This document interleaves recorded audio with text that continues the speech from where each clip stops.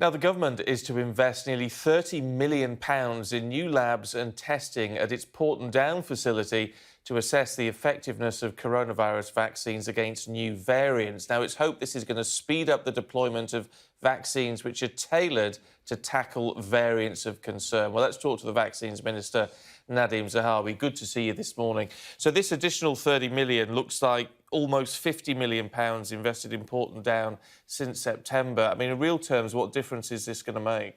So back in September, the facility could test about 700 blood samples every week.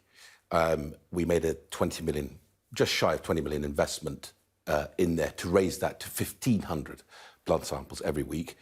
And we're going further. What we're announcing today is a further just shy of 30 million, so bringing the investment total to 50 million, to take that scale from 700 tests a week to 3,000 blood sample tests a week, all part of our future-proofing, as the Secretary of State for Health said, in terms of always being ahead of the virus. As it mutates to survive, we need to make sure that we have vaccine variants that are ready for any virus variant that may escape.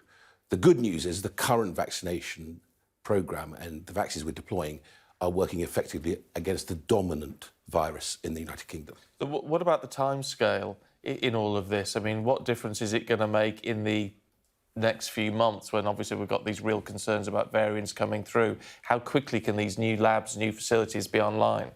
So this new investment will deliver in January of next year, but we also have a capability to genome sequence in the United Kingdom that is one of the largest in the world. We account for just shy of 50% of all the sequencing being done of the different virus mutations in the world. And of course, a few weeks ago, we made that big offer to other countries where they don't have that capability to genome sequence to do that for them, to hold a library. So the deal we announced with CureVac, with the messenger RNA vaccine in the UK, is to effectively give them a library of all the virus variants, mutations, so that they can be ready with a messenger RNA vaccine for us, as well, of course, the investment we're making in Valneva in Scotland, which is a whole inactivated virus that makes up the vaccine. So a lot of work, both with the current manufacturers. We're talking to AstraZeneca and Oxford team about a vaccine variant.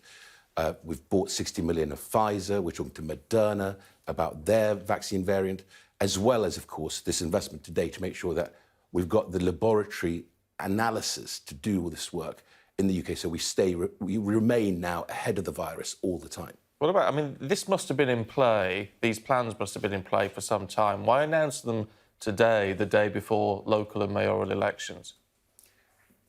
The honest truth is, until you make the investment and they're ready, you know, we announce when we sign, when you know, the system is ready to accept that investment, when the plans are signed off.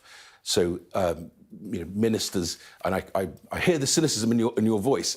Ministers have very little to do with the timing. It's all about making sure we back our scientists, we back Public Health England, we back the team at Porton Down who've done an amazing job through this pandemic. But the principle of this is to future-proof the vaccination programme for the autumn and then for years to come, because as we move, hopefully, from pandemic to endemic, this will be similar to the sort of annual flu vaccination programme where the scientists will decide, as they do at WHO, which variants are of most concern, and then we effectively formulate a vaccine to deal with those. Where does this leave us in terms of vaccine diplomacy? Because, I mean, obviously what you're saying is the new work at Porton Down is going to have a global impact, which is welcome. But in terms of immediate things we can do, the US is now sending 10% of United States produced vaccines by other countries by start of July. Do we need to start making similar commitments now? So let me just, you know, place on record for your viewers, the Oxford AstraZeneca vaccine, way back from last year, and the Oxford team and AstraZeneca licensing that vaccine to the Serum Institute, for example, in India, at zero profit, has meant that they will produce, with UK funding, we've put over £500 million into COVAX, 1 billion doses for low-income and middle-income countries, 1 billion doses. So put that into perspective of all the other donations that are taking place. That's a big, big number. Already over 40 million doses have arrived in Ghana and the Ivory Coast and the Philippines. The bulk of that is the AstraZeneca Oxford vaccine. It's great news that Albert Bourla and Pfizer are doing the same thing, putting more through COVAX. But we will go further as well in terms of the Prime Minister and the Foreign Secretary have already talked about our commitment to COVAX in terms of excess vaccines and, of course, the help to India, where we've already delivered. First tranche was 600, I think 400 ventilators, 290 oxygen concentrators, three mini oxygen factories, and a further 1,000 ventilators. So we're doing both the work on vaccines and on helping India, of course, on vital medical equipment that they need to deal with the current spike that they're sadly facing. In terms of vaccines that we need in this country, I mean, there's obviously, it now looks like this booster is going to go out. I mean, certainly for the over 50s in the autumn and possibly wider reaching than that. We've ordered the 60 million doses of Pfizer to cover the booster. Why Pfizer and not AstraZeneca for the booster? So this is really important. What we will do in the Vaccines Task Force is make sure that the scientist, Chris Whitty, the Chief Medical Officer, with his fellow Chief Medical Officers from Wales, Scotland and Northern Ireland, will make that decision. At the moment, they're still looking at the data to see whether the durability of the current vaccination programme, how far it lasts. But we want them to be able, if they need to, from September onwards, to boost those that are most vulnerable. So if you remember, we've vaccinated the residents of care homes, the over 80s, over 75s, over 70s, and those that are clinically extremely vulnerable. Now, Pfizer is one option. We are going to give them an AstraZeneca Oxford option. We're working with the team on a vaccine variant. Novavax is another option, which is being manufactured in Teesside, filled and finished at Barnard Castle. That works very well against both the South African variant and the Kent variant. And, of course, Valneva in Scotland. And CureVac that I talked about. But they haven't made that decision yet. It's very important for your viewers to know that the clinicians haven't yet made the decision when they will need to boost, whether to give more immunity to the most vulnerable, to increase the durability of the protection, or to deal with a variant. When they decide, I want to give them as much optionality, as many vaccines that work, then they will make those choices. There is a clinical trial that Jonathan Van Tam is conducting at the moment called CovBoost, which looks at which vaccine delivers the best boost. So it's not just Pfizer. It could be AstraZeneca, it could be Novavax, could be the Valneva vaccine. So all that work is happening right now so that when the clinicians say go, the NHS is putting plans in place now to deploy from September onwards, if needed. It may not be September, it could be maybe later in the year or early next year, but the NHS has plans. They need to dovetail, of course, with the flu vaccination programme because we've been to flu season by then. All that work we're doing right now to make sure we future-proof the sort of the short-term boost and then the longer-term annual COVID/flu vaccination programme.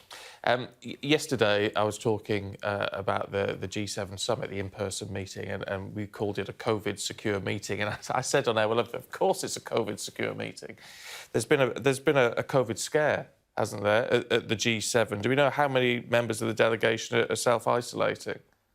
I don't, I'm afraid, but obviously, Public Health England and the team that are organising the G7 take this very seriously. As you saw the pictures, you were broadcasting the pictures yesterday of the different delegations being tested. So we continue to have one of the most robust set of protocols around testing, and so we will make sure that happens. But I don't know the numbers. So there has been a scare. Do you know if anyone has tested positive at this stage? This is news to me. I mean, you're telling me this as we speak, so I can't really comment on this. Right. Well, again, waiting for absolute confirmation, but one of the special advisors was indicating this was the case. So, but we will be fully across that and do take whatever measures are necessary. Totally, absolutely right. Can we move on to Brexit?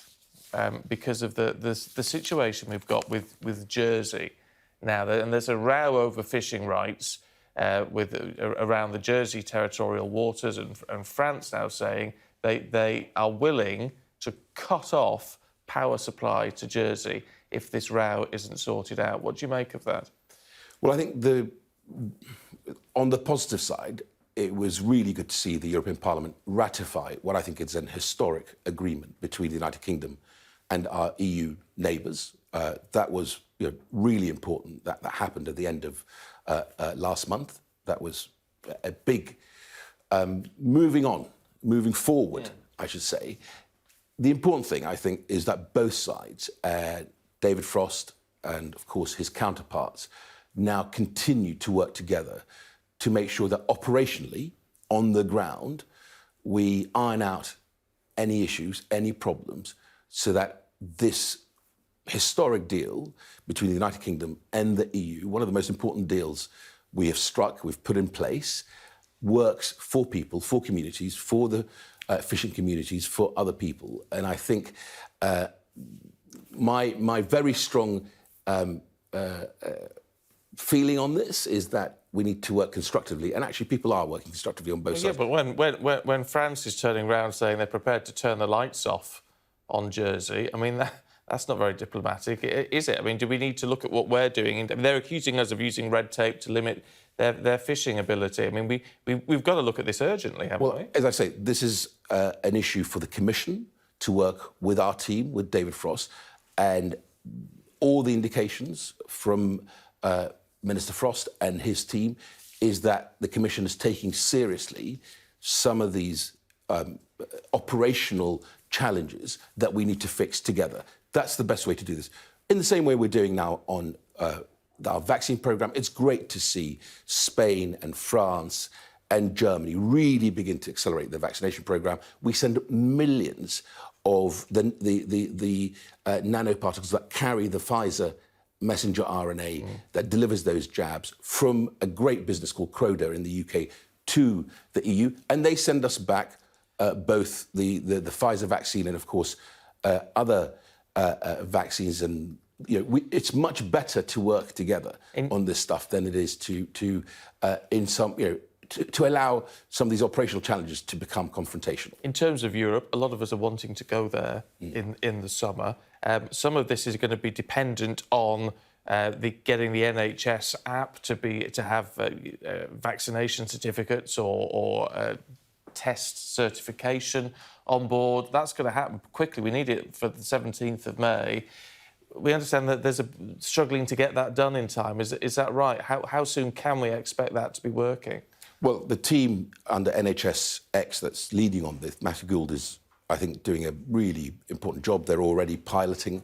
We had a pilot in Kettering Hospital on this. The app is one part of the certification process, so very important that people have the capability to be able to demonstrate they've had a test, as we require other essential travel from non-red list countries, of course, because we've got 40 countries on the red list, to have a pre-departure test.